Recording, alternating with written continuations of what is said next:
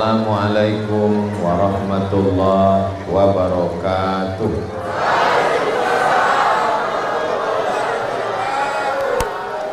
Kalau Tuhan menangkap balang, jangan ditangkap di tengah taman. Dari bunyi sambutan salam, sepertinya jamaah belum sarapan. Apa kabar Bapak Ibu semua? Sehat? Sudah sarapan? Alhamdulillahirabbil alamin. Saya tadi pertama sarapan di Raja Ampat. Sarapannya nasi kuning. Sampai di Sorong sarapan lagi, sarapannya nasi kebuli.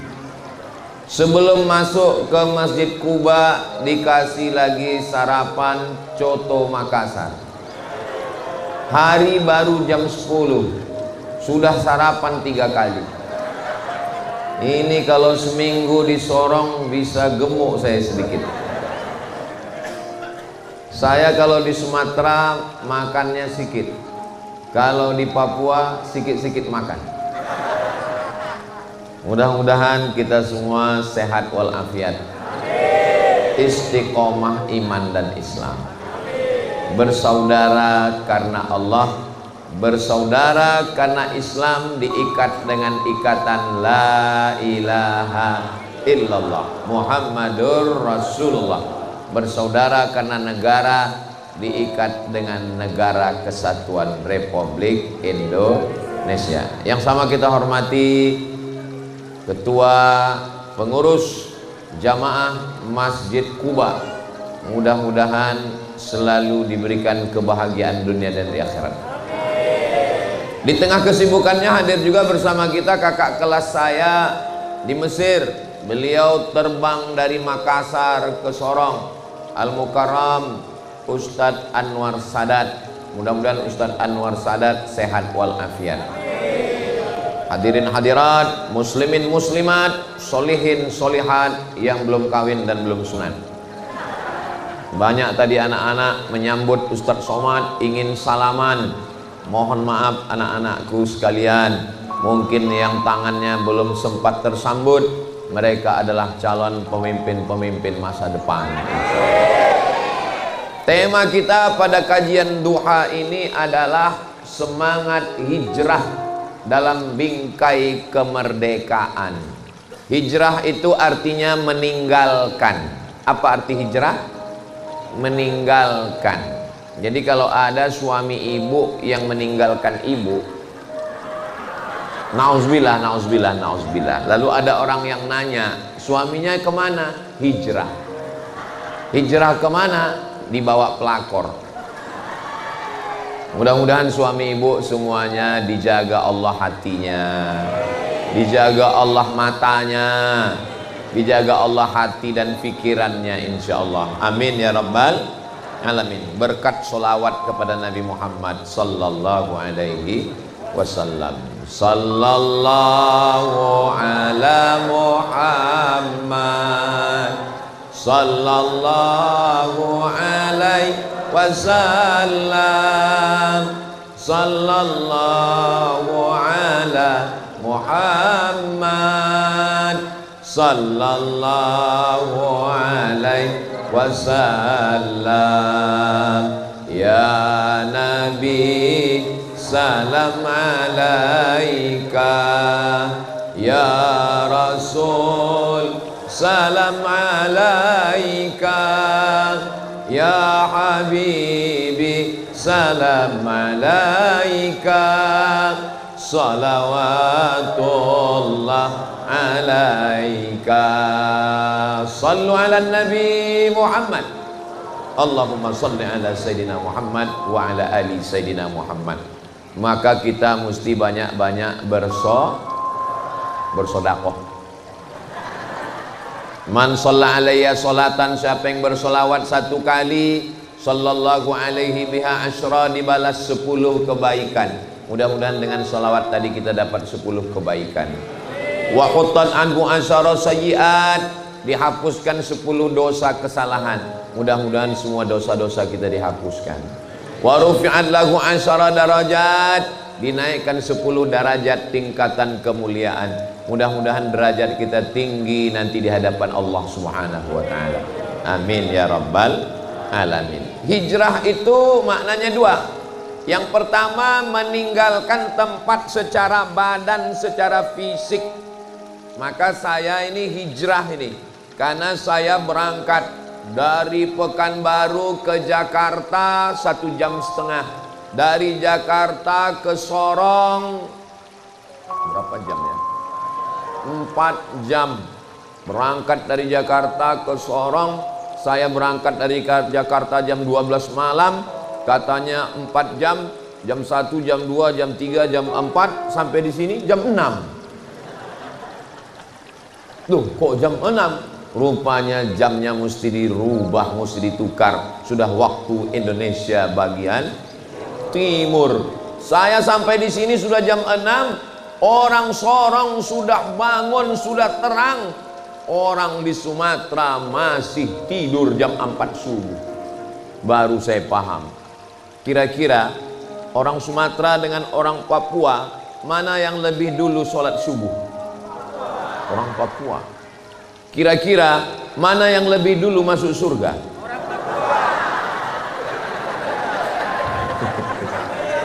Amin ya rabbal alamin. Jangan kuat-kuat, nanti tersinggung orang Sumatera. Saudaraku yang dimuliakan Allah Subhanahu wa taala, jadi hijrah adalah pindah badan. Karena meninggalkan Sumatera datang ke Papua, itu artinya hijrah. Tapi sekarang kita tidak hijrah. Lalu hijrah yang mana sekarang? Hijrah yang kedua adalah al-muhajir. Kata Nabi, siapa itu orang yang hijrah? Man hajara manahallahu anhu, meninggalkan yang dilarang Allah. Itu arti hijrah. Meninggalkan khamar, meninggalkan sabu-sabu, meninggalkan zina, meninggalkan narkoba. Mudah-mudahan kita termasuk golongan yang sudah hijrah. Ustadz Somad, suami saya itu dulu nakal, jahat, selingkuh, minum khamar, pakai narkoba. Tapi sekarang Pak Ustadz, alhamdulillah, sudah tobat, meninggal Pak Ustadz. Saudara yang dimuliakan, meninggal juga dia, meninggalkan dunia. Padahal maksudnya meninggalkan yang haram. Ustadz Somad, ini bapak ini sudah meninggalkan dunia hitam Pak Ustadz. Maksudnya meninggalkan narkoba? Bukan, rambutnya sudah putih semua. Mohon maaf ya Pak, jangan tersinggung. Kunci mendengar tausiah Ustadz Somad itu satu, jangan tersinggung. Ada beberapa jamaah tersinggung, pulang, meninggal. Bukan karena ceramah saya, karena memang ajalnya sudah sampai. Jadi masalah hijrah ini, Ustadz Somad ngomong hijrah, ya, karena Nabi Muhammad SAW hijrah dari tempat lahirnya Abdullah bin Abdul Muttalib bin Hashim bin Abdi Manaf bin Qusay. Memang besarnya di situ, lahirnya di situ, negerinya di situ, kampungnya di situ, ibunya di situ, ayahnya di situ. Tapi dia terpaksa hijrah ke kota Al-Madinah Al-Munawwarah. Ini saya yakin sebagian besar kita ini hijrah dari kampung halamannya, betul? Sebagian besarnya hijrah dari pulau Sulawesi. Ada, saya tinggal di Sumatera. Dari Sumatera naik pesawat 1 jam sampai ke Pulau Batam. Dari Pulau Batam ini nyebrang lagi sampai ke Tanjung Pinang. Dari Tanjung Pinang ini nyebrang lagi sampai namanya Pulau apa namanya? Pulau Penyengat. Sampai di Pulau Penyengat ini ada makam raja-raja yang mereka ini adalah keturunan generasi entah yang keberapa dari yang di Pertuan Agung, yang di Pertuan Muda Negeri Riau. Dan saya baca-baca namanya adalah Opu Daeng Cilak, bangsawan dari Luwu dan bangsawan dari Bugis Makassar. Mereka terbang sampai ke Pulau Sumatera, dan memimpin perang melawan Belanda sampai ke Riau. Lalu kemudian ketika datang Portugis apa Portugal Pak Ustadz? Ini banyak yang nggak bisa membedakan. Nama negaranya Portugal, orangnya Portugis. Jangan sampai salah. Nama negaranya Portugal, orangnya Portugis. Portugal itu negara, bukan persatuan orang tua gatal. Portugal. Nah, datanglah, Ustaz jangan diingat itu, jangan diingat. Datanglah orang Portugal ini dari Eropa, Portugis. Mereka menyerang Kesultanan Melayu yang ada di Malaka. Malaka itu sekarang di Malaysia. Ketika Sultan Malaka ini dihantam, yang membelanya adalah pasukan-pasukan perang yang datang dari Bugis Makassar. Jadi mereka memang berpindah, mereka ke Riau, mereka ke Malaka. Lalu kemudian ketika tahun 2018-2019 saya terbang dari Pekanbaru ke Jakarta. Dari Jakarta saya mendarat di Sydney. Saya sebetulnya mau ngasih tahu saya sudah ceramah di Australia. Sampai di Sydney kebetulan saya dibawa ke museum Sydney, melihat orang-orang yang pertama kali datang ke Sydney. Ternyata yang pertama kali suku asli Australia itu aborigin, suku aborigin. Dan orang-orang yang putih datang dari Eropa, orang Inggris itu datang belakangan. Siapa yang pertama kali datang ke Sydney, ke Melbourne, ke Australia? Tertulis di situ. Yang pertama kali datang adalah orang Bugis, orang Makassar untuk mengambil tripang. Dan itulah yang pertama kali Islam masuk. Lama saya termenung. Mereka terbang sampai ke Malaka untuk mengusir Portugis. Mereka datang ke Kepulauan Riau menjadi yang di-Pertuan Muda. Mereka datang ke Sydney. Pokoknya di mana ada dunia, ada mereka. Bagi mereka meninggalkan kampung halaman itu adalah hijrah. Dan bukan berarti kampung halamannya indah, lautnya ada, tanahnya subur, tambangnya juga ada, tapi alam takun ardullahi wasi'ah. Apakah kamu tidak tahu bahwa bumi Allah ini luas? Dunia tidak selebar daun kelor. Daun kelor kecil sekali. Orang kalau dia memahami bahwa dunia ini semuanya milik Allah, dia tidak akan merasa asing. Saya walaupun dari ujung barat Indonesia, Pulau Sumatera, sekarang saya di ujung timur, saya tidak merasa asing. Karena bumi yang saya injak adalah, itulah yang kita baca setiap subuh. Lillahi ma fis samawati wa ma fil ard. Semua yang ada di langit, semua yang ada di bumi milik Allah. Jadi kita datang dari Sumatera, kita datang dari Kalimantan, kita datang dari Sulawesi, kita datang dari Maluku. Di mana bumi yang kita pinjak, itu adalah milik Allah Subhanahu wa ta'ala. Tapi jangan gara-gara ini lalu nggak ngurus surat tanah ke Badan Pertanahan Nasional. Datang merantam ambil tanah. Datang orang marah. Kenapa kamu ambil tanah ini? Lillahi ma fis samawati wa ma fil ard. Semua yang ada di langit di bumi milik Allah. Pulang dari sholat subuh nampak ada pohon mangga berbuah, ambil. Kenapa kamu ambil mangga saya? Lillahi ma fis samawati wa ma fil ard. Semua yang ada di langit, ada di bumi milik Allah. Yang punya pohon mangga ngambil batu. Kenapa Bapak lempar saya? Ini juga milik Allah. Kamu pikir kamu saja yang dengar ceramah Ustaz Somad? Saya pun dengar juga. Loh, Bapak dengar ceramah Ustaz Somad di Masjid Kuba kemarin? Dengar. Tapi Bapak nggak kelihatan. Saya mendengar melalui streaming di channel Ustadz Abdul Somad Official. Jangan lupa subscribe, like, share, and comment. Saudara yang dimuliakan Allah, makanya prinsip merantau, al-ardu ardullah, bumi ini milik Allah, wal ibadu ibadallah, semua hamba ini adalah hamba Allah. Tidak pernah kita merasa asing. Tanah yang kita injak milik Allah, manusia yang kita jumpai semua adalah hamba Allah. Mohon maaf, mohon maaf, mohon maaf, jangan tersinggung pertanyaan saya ya Bu. Yang tersinggung ya Pak. Ini semua hamba Allah kan?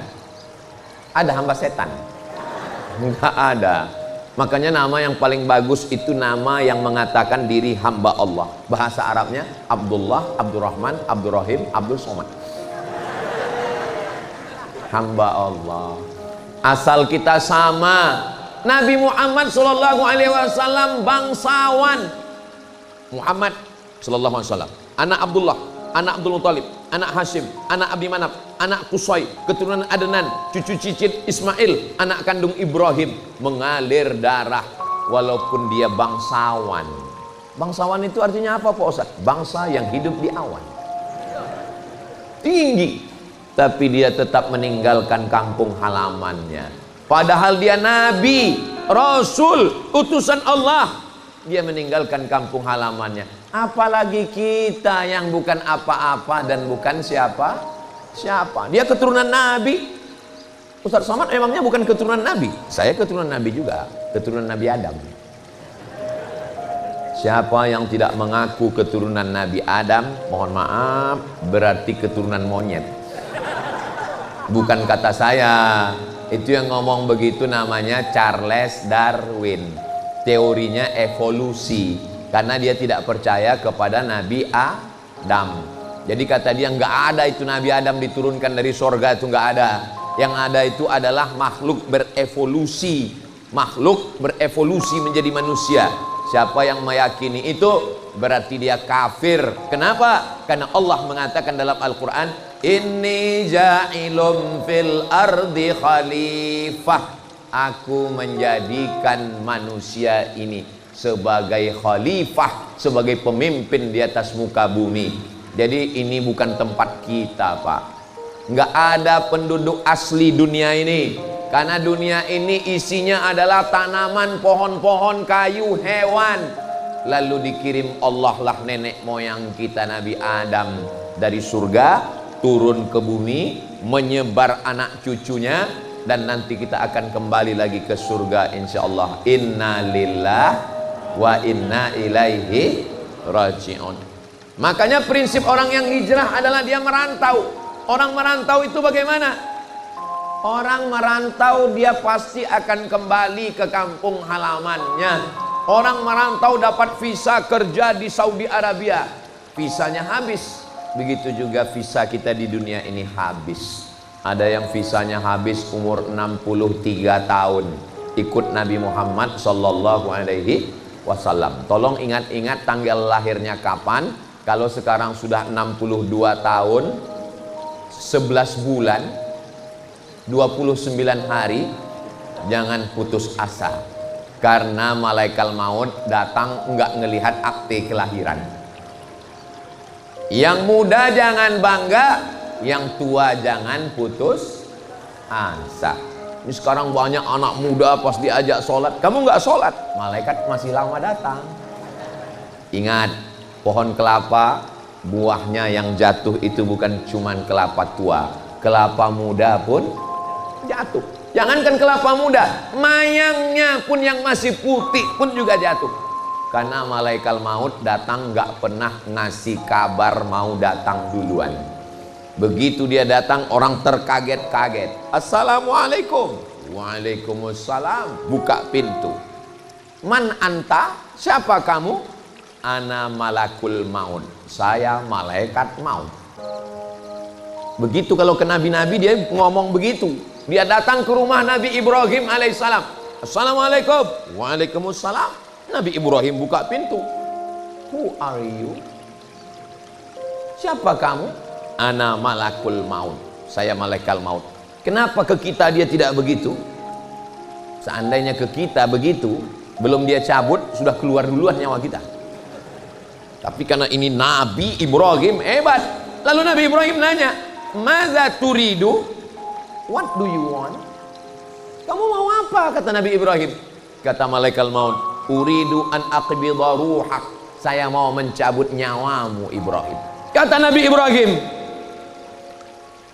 hal yuzi habibun habibahu. Adakah kekasih yang mau mencabut nyawa kekasihnya? Nabi Ibrahim itu Khalilullah, kekasih Allah. Adakah kekasih yang mau mencabut nyawa kekasihnya? Kata Nabi Ibrahim.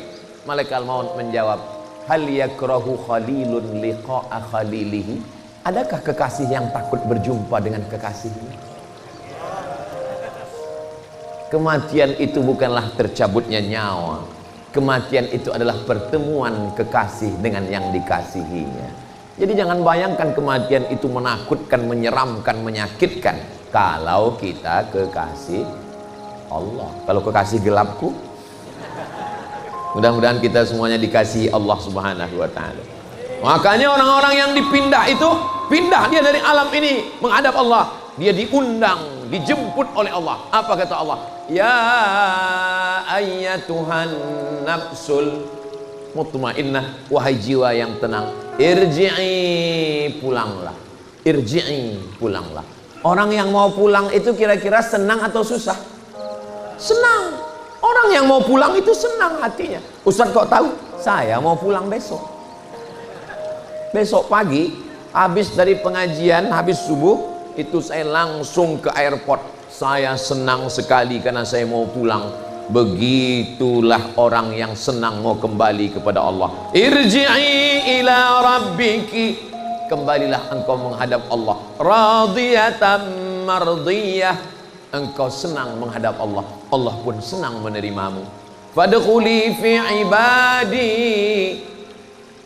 masuklah ke dalam golongan hambaku. Wadkhuli jannati, masuklah ke dalam surgaku. Mudah-mudahan kita semuanya masuk ke dalam surga Allah Subhanahu wa ta'ala. Kalau tuan membeli sendal jepit, sendal jepitnya dibeli di dekat teman. Saya sudah lama masuk masjid, baru masjid inilah yang ada Spiderman. Saya sangka dulu Spiderman itu nggak Islam, ternyata mu'alaf juga. Spiderman. Begitulah ibu-ibu mau bawa anaknya masuk masjid, bagaimana supaya anaknya diam gak nangis, dibelikan balon Spiderman. Anaknya diam, anak orang lain yang nangis. Minta belikan balon. Enggak apa-apa. Mudah-mudahan anak ibu yang dibawa semua ke masjid ini menjadi anak-anak yang soleh, anak-anak yang solihah.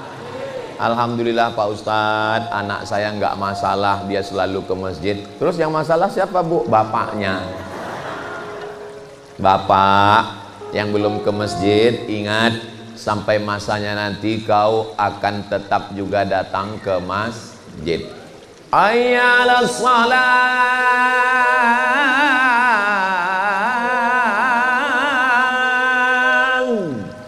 Dia tetap juga nggak mau ke masjid. Sombong, angkuh, sampai masanya dia tidak melangkah kaki ke masjid, tapi dipikul orang ke masjid. Dan dia tidak ikut sholat di masjid, ditinggalkan di balkon depan teras masjid.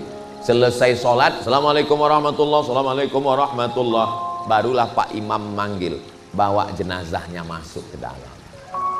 Sampai ke dalam, imamnya baik, yang selama ini nggak mau di belakang imam, diletakkan di depan imam. Nih, depan imam. Pak Imam nanya, laki-laki apa perempuan? Kalau laki-laki, kepala. Kalau perempuan, di pinggang. Laki-laki. Oh, kamu yang sombong nggak mau ke masjid dulu. Dulu 4 rakaat nggak mau, sekarang nggak pakai ruku, nggak pakai sujud. Hanya 4 kali takbir, Allahu Akbar, Al-Fatihah, Allahu Akbar, solawat, Allahu Akbar, doa, Allahu Akbar, doa pendek, Assalamualaikum warahmatullah, Assalamualaikum warahmatullah. Tapi ada juga kadang anak yang diminta jadi imam malu, nggak mau maju ke depan sampai ditolak. Karena banyak yang nolak, maju juga ke depan. Allahu Akbar, Allahu Akbar. Selesai sholat orang nanya, kenapa kau ruku? Karena dosanya terlalu banyak. Mudah-mudahan nanti yang menyolatkan kita anak kita, insya Allah. Apa yang kita inginkan dari anak-anak kita ini yang kita azankan waktu lahir? Kita bisikkan ke telinganya sebelah kanan, asyhadu an la ilaha illallah. Yang kita inginkan cuma satu, Bu, supaya nanti waktu kita sakratul maut, saat kita akan hijrah pindah, dialah yang membisikkan ke telinga kita sebelah kanan, la ilaha illallah. Saya mau kalau saya mati, anak saya yang dulu saya azankan, itulah yang membisikkan ke telinga saya. Bisikan dibalas dengan bisikan. Kalau anaknya nggak ada di rumah, Pak Ustadz, ibu yang bisikan. Siap, Bu? Siap mereka. Tapi ini harus latihan, Bu. Cara latihannya saya ajarkan nanti malam subuh. Nanti malam subuh kalau muazzin di Masjid Quba sudah azan, as-salatu khairum minan naum. Bapak masih tidur juga, ibu latihan. La ilaha illallah. Itu cara yang manjur. Ibu siap? Siap mereka, Pak. Salatullah salamullah ala toha Rasulillah.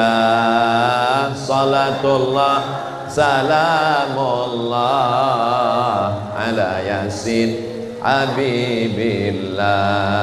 Tawassalna bismillah wa bil hadi Rasulillah wa kulli mujahidin lillah bi ahlil badri ya Allah. Sallu ala Nabi Muhammad. Siapa saja yang melawan Belanda, tangkap. Akhirnya orang ini ditangkap karena membawa perjuangan untuk melawan Belanda. Ditangkap, dibuang ke Ceylon, Sri Lanka, dekat India. Dibuang ke Ceylon. Sampai di Ceylon dia tidak stres. Dianggap mereka kalau dia dibuang dari kampungnya, nanti di Ceylon dia merasa terasing, dia akan stres, depresi, anxiety, mati. Sampai di Ceylon dia malah berdakwah. Akhirnya orang Ceylon masuk Islam. Datang Belanda, ini orang kok nggak stres di Ceylon, tangkap lagi, dibuang ke Durban. Durban itu sekarang Afrika Selatan. Sampai di Afrika Selatan, dia tetap juga berdakwah di Afrika Selatan dan memperjuangkan orang kulit hitam melawan kulit putih, politik apartheid. Sampai Presiden Afrika Selatan Nelson Mandela memberikan penghargaan dia sebagai pejuang Afrika Selatan. Laki-laki yang dibuang itu namanya Syekh Yusuf Al-Makassari, Tajul Khalwati. Tajul artinya mahkota, Khalwati karena dia mengamalkan tarekat Khalwatiyah dari Irak. Namanya Yusuf Al-Makassari. Orang dulu kalau disebut namanya itu sudah tahu asalnya dari mana. Al-Sumatrani, berarti dari Sumatera. Syekh Muhammad Arsyad Al-Banjari, dari Banjar. Syekh Yusuf Al-Makassari, dari Makassar. Nah, jadi sudah tahu datang. Al-Sorongi, dari Sorong. Begitulah, dicampakkan, dibuang. Kenapa dia tidak stres? Orang heran. Kuncinya satu, dibuang ke Ceylon, Ceylon milik Allah. Dibuang ke Afrika, Afrika milik Allah. Dibuang ke Ceylon, orang Ceylon hamba Allah. Dibuang ke Afrika, orang Afrika pun hamba Allah. Semuanya hamba Allah. Itu salah satu kunci untuk tidak stres dan depresi. Maka orang Islam tidak pernah merasa stres dan depresi. Kenapa? Karena tempat dia bergantung hanya Allah. Allah yang menciptakan dia, Allah yang mengasih dia makan, Allah yang memberi dia rezeki, Allah yang menghidupkan dan mematikan dia. Itu maka selesai sholat itu kita ulang, la ilaha illallah wahdahu la syarikalah, yang punya kerajaan, lahul mulku, yang dipuja-puji, walahul hamdu, yang menghidupkan, yuhyi, yang mematikan, wa yumit, yang berkuasa, wa huwa ala kulli syai'in. Makanya kalau membaca itu tuh tanamkan ke dalam hati. Kau lemah, wa huwa ala kulli syai'in qadir. Kau takut mati, yuhyi wa yumit. Kau nggak punya apa-apa, lahul mulku. Kau dihina orang, walahul hamdu. Tanamkan ke dalam hati. Ini sekarang banyak orang baca itu tapi nggak ada perenungannya. Qadir, qadir. Apa ibu ini qadir? Pastinya ibu kok membaca qadir? Rupanya nama suaminya Abdul Qadir. Masih saudara saya, Persatuan IAAI, Ikatan Abdul Internasional. Saudaraku yang dimuliakan Allah Subhanahu wa taala, itu kunci yang pertama, bahwa bumi milik Allah, bahwa semua manusia adalah hamba Allah. Yang kedua, prinsip dari hijrah adalah Nabi tidak sendirian, tapi ada berjamaah.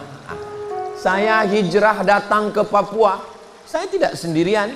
Ada Ustadz Fadlan Garamatan, kebetulan beliau diundang oleh Sultan Tidore, anaknya nikah, jadi beliau izin pulang duluan. Kemudian mereka sip-sipan, Ustadz Fadlan pulang, datang Ustadz Anwar Sadat menemani saya, mendampingi saya. Saya disambut oleh Ustadz Akbar. Ustadz Akbar menjemput saya ke airport, dibawa ke kediaman Tuan Haji Nur. Maka kita tidak bisa sendirian, maka jangan sendirian. Mudah-mudahan yang belum ada jodoh segera dapat jodoh. Tuh banyak sekali yang belum nikah ini. Biasanya yang bilang amin itu yang belum nikah aja. Ini saya lihat yang bilang amin sudah anak 2-3 ini. Saudara yang dimuliakan Allah Subhanahu wa taala, kira-kira Nabi Muhammad itu kalau hijrah sendirian bisa atau nggak bisa? Bisa. Innama amruhu idza arada syai'an ayakula lahu kun. Sendirian bisa. Tapi kalau kita perhatikan hijrah Nabi itu tidak sendirian. Ada yang menemani dia di atas Jabal Sur, namanya Abu Bakar Siddiq. Ada yang menggantikan dia di tempat tidur, nanti kafir musyrik akan membuka selimutnya. Yang menggantikannya adalah Sayyidina Ali. Ada yang membawa makanan naik ke atas, Asma binti Abi Bakar. Ada yang bawa berita, update berita, hiruk pikuk Makkah. Yang bawa berita ke atas namanya Abdullah bin Abi Bakar. Ada yang pura-pura bawa kambing di bawah untuk memata-matai, mana tahu musuh naik ke atas, kasih kode ada musuh naik. Ini pentingnya intelijen. Dan dia adalah Amir bin Fuhairah. Ada yang menunjuk jalan, karena nanti jalan hijrah ini nggak bisa jalan biasa. Kalau jalan biasa nanti ditangkap musuh, mesti jalan yang luar biasa. Ada penunjuk jalan namanya Ibnu Uraiqid. Kita ulang lagi, tolong ingat baik-baik karena ini nanti akan keluar dalam UAS ujian akhir semester. Ada yang menemani di Jabal Sur, namanya Abu Bakar Siddiq. Ada yang tidur di tempat tidur Nabi, namanya Sayyidina Ali bin Abi Thalib. Ada yang bawa makanan, namanya Asma. Memang perempuan dari dulu menyiapkan makanan. Tuh langsung keluar makanan. Ada yang membawa berita, namanya Abdullah. Ada yang pura-pura bawa kambing, namanya Amir bin Fuhairah. Ada yang menunjukkan jalan, namanya Ibnu Uraiqid. Sedangkan Nabi saja berjamaah. Tiba-tiba ada orang yang one man show, nggak bisa sendirian. Saya lah misalnya datang sendirian, ya nggak bisa. Acara ini aja kalau ada orang yang mengatakan saya sendirian, nggak bisa. Pak Ketua dibantu oleh sekretaris, bendahara, pengurus, ada ibu-ibu. Ibu-ibu juga nggak bisa sendirian, harus berjamaah. Macam-macam jamaahnya. Ada namanya jamaah jilbab hitam, ada namanya jamaah jilbab putih, ada namanya jamaah biru langit, macam-macam warnanya, tapi semuanya tetap mencari ridha Allah. Jangan kelahi karena warna, kelahi karena warna, akhirnya kita lupa tujuan kita. La ilaha illallah Muhammadur Rasulullah sallallahu alaihi wasallam. Jadi yang pertama adalah keyakinan bahwa kita milik Allah, bumi milik Allah, manusia hamba Allah. Keyakinan yang kedua dalam hijrah adalah berjamaah. Saya tidak ragu tentang solidnya jamaah di Sorong ini. Tidak akan mungkin berdiri masjid yang megah, Masjid Quba ini, kalau tidak jamaahnya luar biasa. Dan Masjid Quba ini saya lihat isinya 90% emas semua ini. Dindingnya, lampunya, tiangnya seperti di Taman Raudhah. Kalau ada orang dari Sumatera diikat matanya, naik pesawat, diturunkan di Sorong, sampai di sini baru buka matanya, suruh tanya, kau di mana? Di Raudhah. Tiangnya seperti tiang Raudhah.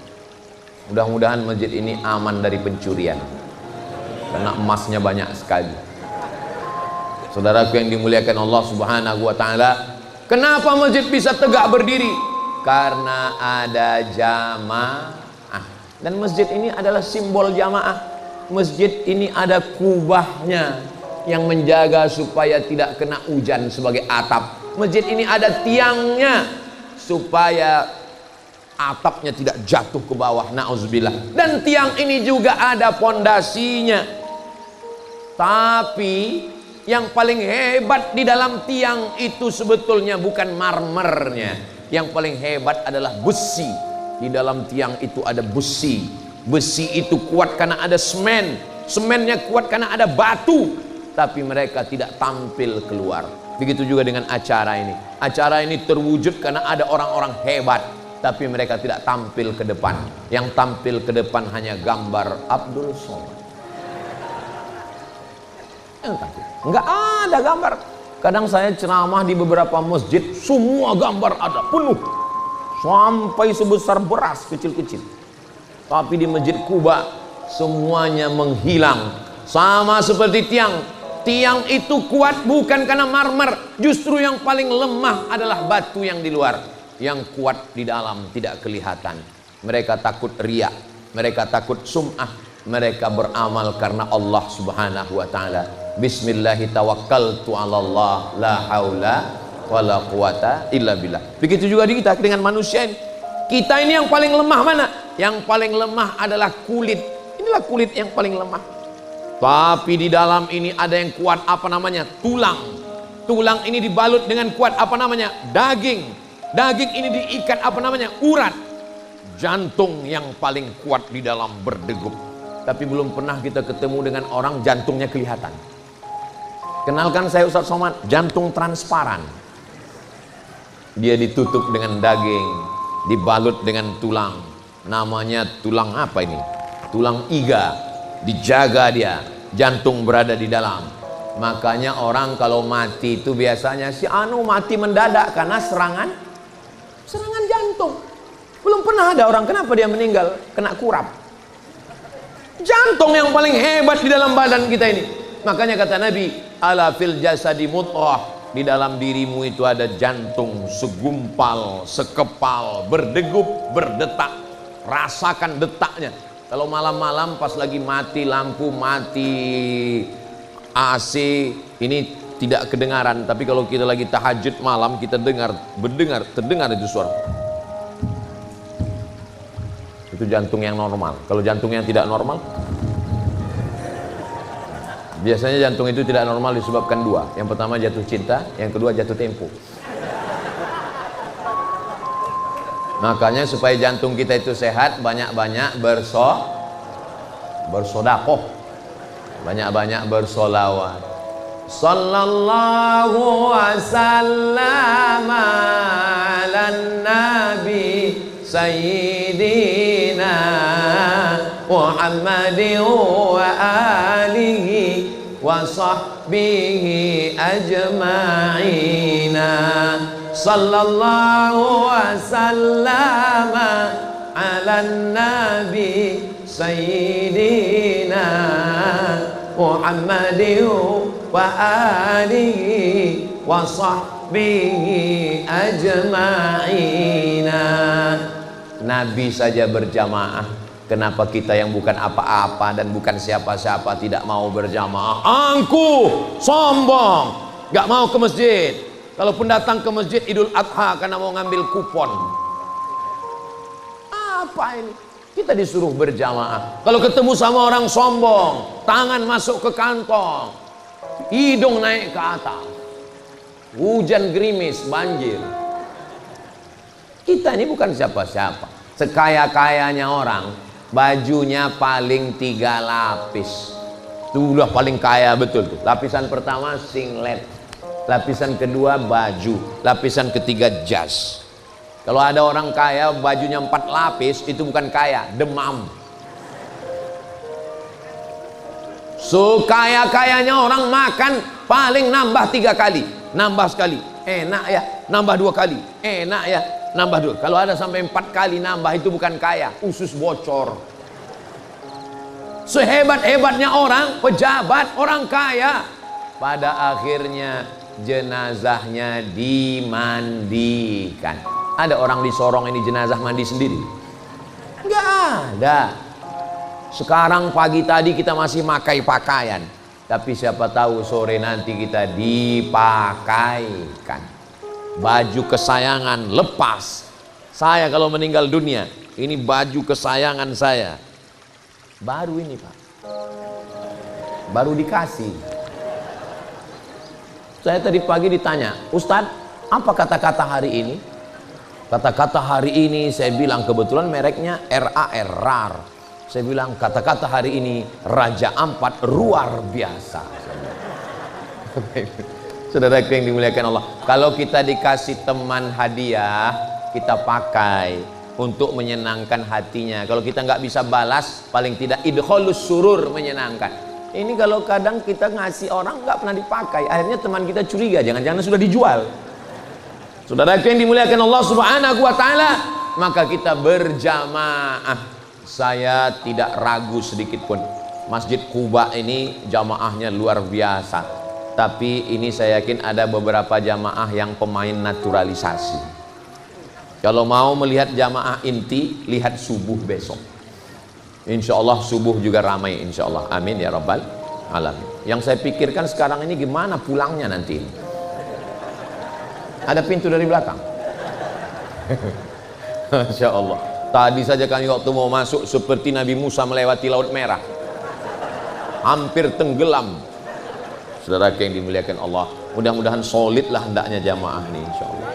Bersama kita di Masjid Quba, bersama juga nanti kita di surga bersama Rasulullah Sallallahu Alaihi Wasallam. Kunci yang pertama, buminya milik Allah, hambanya hamba Allah. Kunci yang kedua, berjamaah.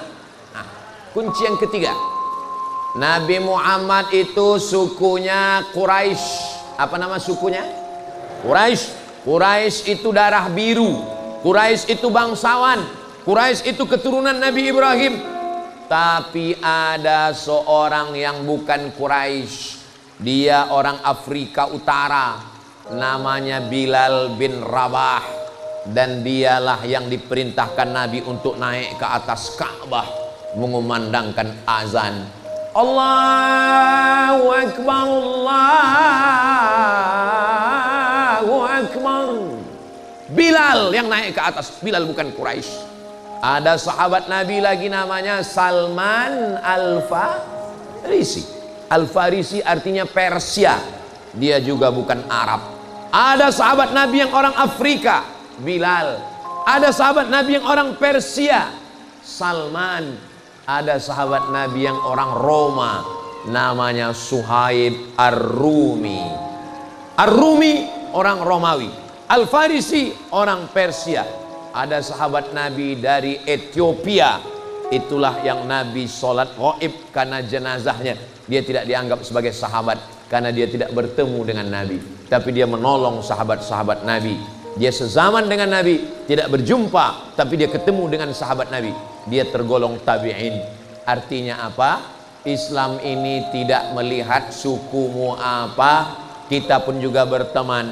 Ada orang Bugis, ada orang Makassar, ada orang Banjar, ada orang Jawa, ada orang Sumatera, ada orang Batak, ada orang Minangkabau, ada saudara-saudara kita dari Kokoda. Semuanya adalah saudara kita. Khalaqnakum min zakarin, diciptakan dari laki-laki, wal unsa, perempuan, wa ja'alnakum syu'uban wa qabaila, bersuku-suku, berbangsa-bangsa. Yang paling mulia bukan yang kaya. Kalau kaya paling mulia, berarti karun yang paling mulia, tapi karun tidak mulia. Orang paling kaya itu namanya Bill Gates. Bill Gates kalah karun. Dari mana Ustaz tahu karun yang paling kaya? Kalau ada orang Sorong mengambil cangkol, menggali tanah, tiba-tiba tercangkol periuk dari emas, langsung emas itu ditarik dan mereka serentak mengatakan ini harta, padahal karun di Mesir. Bisa periuknya di Sorong. Begitulah hebatnya karun. Karun kaya, tapi dia tidak mulia. Saya belum pernah ketemu sama orang, kenalkan Ustaz Somad, saya keturunan karun.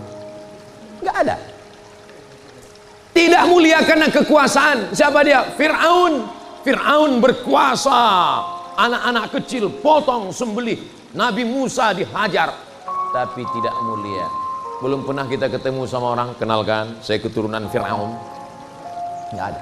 Allah melanggengkan tubuh Fir'aun. Ketika semuanya tenggelam di Laut Merah, tentara-tentaranya mati, tapi jasad Fir'aun ditemukan, lalu dibalut dengan rempah-rempah menjadi mumi. Dan muminya sampai sekarang masih disimpan di Museum Tahrir Square di Kairo. Bagi bapak ibu yang mau jumpa sama Fir'aun, buat nanti acara judulnya studi banding ketemu Fir'aun. Minta supaya Ustadz Anwar Sadat mau menunjukkan tempatnya nanti di Kairo. Ustadz pernah ketemu sama Fir'aun? Ya. Saya masuk ke Tahrir Square. Begitu saya masuk ke dalam, saya tanya, Fir'aun di mana? Saya bilang. Kata penjaganya, Fir'aun di atas. Saya pun naik ke atas. Rupanya tempat dia paling tinggi. Hebat juga Fir'aun ini. Sudah mati pun tinggi juga dia. Pas saya mau masuk ke kamar Fir'aun, bergetar jantung saya. Kenapa? Tiketnya mahal. Beli tiket lagi. Padahal di luar sudah beli tiket. Sampai di situ, beli tiket khusus. Beli tiket lagi. Kita mahasiswa, nggak ada duit. Beli tiket. Masuk ke dalam. Fir'aun rupanya di dalam peti kaca. Dalam peti kaca. Dan dia nggak pakai baju, cuman pakai anduk aja. Nah, kalau ada bapak-bapak yang suka keluar rumah pakai anduk, nggak ada, saya nggak ngomong gitu ya. Dia cuma pakai anduk aja. Saya pas mau saya foto, saya keluarkan kamera mau saya foto, datang polisi. Mamnu taswir, no take picture, jangan ambil foto, kata dia. Hebat. Makanya saya kalau ada jamaah yang mau ngambil foto, saya bilang ambillah foto. Saya takut nanti nggak, Ustadz Fir'aun katanya. Lalu kemudian saya perhatikanlah rambutnya. Rambutnya seperti rambut jagung, keemasan. Saya perhatikan kuku kakinya. Jarak saya dengan Fir'aun hanya kaca saya. Saya lihat dia, saya lihat matanya. Pas melihat wajahnya takut pula saya dia berkedip. Ada juga saya baca ayat-ayat kursi Allah la ilaha qayyum la ta'khudhuhu. Inilah Fir'aun. Ternyata pada akhirnya kita semua akan mati. Orang kaya mati, orang miskin lebih cepat. Apalagi BPJS. Pejabat-pejabat mati, konglomerat mati. Pada akhirnya kita akan masuk ke dalam lubang tanah, mempertanggungjawabkan semua yang sudah kita lakukan. Mudah-mudahan kita ditolong Allah Subhanahu wa ta'ala. Jadi prinsip hijrah adalah 3. Yang pertama, bumi milik Allah, hamba-hamba Allah. Yang kedua, bahwa kita ini berada dimanapun mesti berjamaah. Yang ketiga, kita bersuku-suku, berbangsa-bangsa, bineka tunggal ika, disatukan dengan negara kesatuan Republik Indonesia, dan dalam hal agama disatukan dengan syahadat asyhadu an la ilaha illallah wa asyhadu anna muhammadan rasulullah. Ustaz Somad dari tadi kok ngeliat ke atas terus? Saya nengok jam. Tadi saya mulai berdiri jam 10, sekarang sudah jam 11. Tidak boleh lewat karena ini nanti bisa melanggar kode etik. Dan saya sudah 1 jam kebersamaan kita di Masjid Quba ini, mudah-mudahan bernilai amal soleh insyaallah. Tala'al badru alaina min thaniyatil